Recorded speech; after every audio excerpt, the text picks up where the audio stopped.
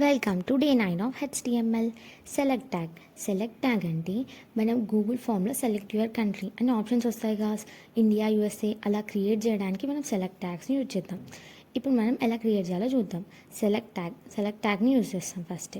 Next options కోసం options అనే ట్యాగ్ని create చేస్తాం.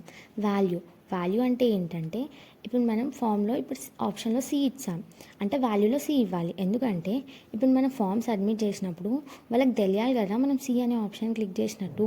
సో అందుకే మనం value and option both same ఇస్తాం. ఇప్పుడు నేను ఫస్ట్ ఆప్షన్ ఏమి ఇచ్చా, సి అంటే వాల్యూ కానీ సి ఇవ్వాలి. సెకండ్ ఆప్షన్ ఏంటి, జావా అంటే వాల్యూ కానీ జావా ఇవ్వాలి. ఇప్పుడు మనం కోడ్ ఎగ్జిక్యూట్ చేస్తే ఇదని మనం సి ఆర్ సెలెక్ట్ చేసుకోవచ్చు, జావానే సెలెక్ట్ చేసుకోవచ్చు. నెక్స్ట్ ఫామ్ అంటే మనం ప్రీవియస్ వీడియోలో input, label, section tag and radio button ఇవన్నీ కలిసి ఒక కోడ్లో రాస్తే అదే ఒక బేసిక్ ఫామ్.